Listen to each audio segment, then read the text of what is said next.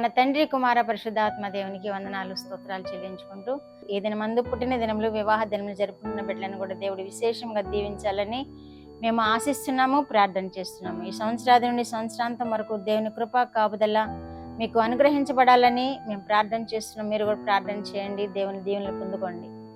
దేవుడు ఈ దినమందు మనకిచ్చిన వాక్యము కీర్తనల గ్రంథము 29వ కీర్తన 11వ వచనం చదువుకుందాం. యెహోవా తన ప్రజలకు బలమును అనుగ్రహించును. యెహోవా తన ప్రజలకు సమాధానము కలుగజేసి వారిని ఆశీర్వదించును. దేవుడి వాక్యం ద్వారా మనల్ని దీవించును గాక. ఈ దినమందు కూడా మరి ఒక వాగ్దానం మనకు అనుగ్రహిస్తున్నారు. యెహోవా తన ప్రజలకు బలమును అనుగ్రహించును అని వాక్యం తెలియజేయబడుతుంది. మనమైతే బలం పొందుకోవడానికి నానా విధాలైన ఆహార పదార్థాలు తింటూ ఉంటాం. మనం శక్తి పొందుకోవడానికి నానా విధాలైనటువంటి పానీయాలు సేవిస్తూ ఉంటాం. బలాన్ని ఇచ్చే పానీయాలు ఈ మధ్య మరి ఎక్కువగా వస్తున్నాయి. సన్నబడ్డానికి అదే మాదిరిగా బలం కూడా పొందుకోవడానికి పానీయాలు వస్తున్నాయి. అలాంటి వాటి అన్నిటికంటే ముందుగా మనము దేవుని మీద ఆధారపడి దేవుణ్ణి ఆశ్రయించినప్పుడు మనము దేవుని యొక్క కృపను పొందుకుని బలము పొందుకుంటామని మనం ఈ వాక్యం ద్వారా గ్రహించగలుగుతున్నాము. ఎవరైతే దేవుని వైపు చూస్తారో, దేవునికి ప్రార్థనలు విజ్ఞాపనలు చేస్తారో, వారికి ఏం అవసరమని ప్రార్థన చేస్తారో అవన్నీ వారికి అనుగ్రహింపబడతాయని దేవుడు వాగ్దానం చేశాడు కదా. మరి ఒకసారి ఈ దినమందు కూడా యెహోవా తన ప్రజలకు బలమును అనుగ్రహించును అని వాగ్దానం చేస్తున్నారు. మన దేవుని యొక్క బలము మనకు ఎంతో శక్తివంతంగా ఉంటుంది. మన దేవుడిచ్చే బలము మనకి ఎంతో ఆశీర్వాదకరంగా, అది తరగని నిధిగా ఉంటుంది. కాబట్టి మన దేవుని యొద్ద మనం బలం పొందుకోవడానికి మనము దేవుణ్ణి ఆధారం చేసుకున్నాము, దేవుని ఆరాధిద్దాము, స్తుతిద్దాము. ఇంకా ఆయన ఏమంటున్నారంటే యెహోవా తన ప్రజలకు సమాధానమును కలుగు చేసి వారిని ఆశీర్వదించును అని కూడా వాగ్దానం చేస్తున్నారు.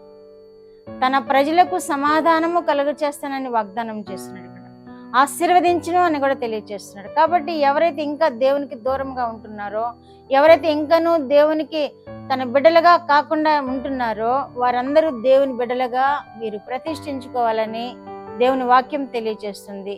దేవుణ్ణి ఆధారం చేసుకోవాలని దేవుని వాక్యం తెలియజేస్తుంది. దేవునిని ఆనుకోవాలని, దేవుని మీద కాక మరి దేని మీద ఆశ పెట్టుకున్నా మనకు ఆశలు నెరవేరవు కనుక దేవుని మీద ఆధారపడాలని వాక్యం తెలియజేస్తుంది. తన ప్రజలకు సమాధానము కలుగు చేసి వారిని ఆశీర్వదించును. మనకి లోకంలో సమాధానము కొరకు ఎక్కడెక్కడికో వెతుకుతూ ఉంటాము, కానీ ఎక్కడ మనకి సమాధానము దొరకకపోవచ్చు. కానీ దేవుని సన్నిధిలో మనకు సమాధానం ఉంటుంది. దేవుని యొక్క ఆరాధనలో మనకు సమాధానం ఉంటుంది. దేవుని ధ్యానించుటలో మనకు సమాధానం ఉంటుంది. ప్రార్థించుటలో సమాధానం ఉంటుంది.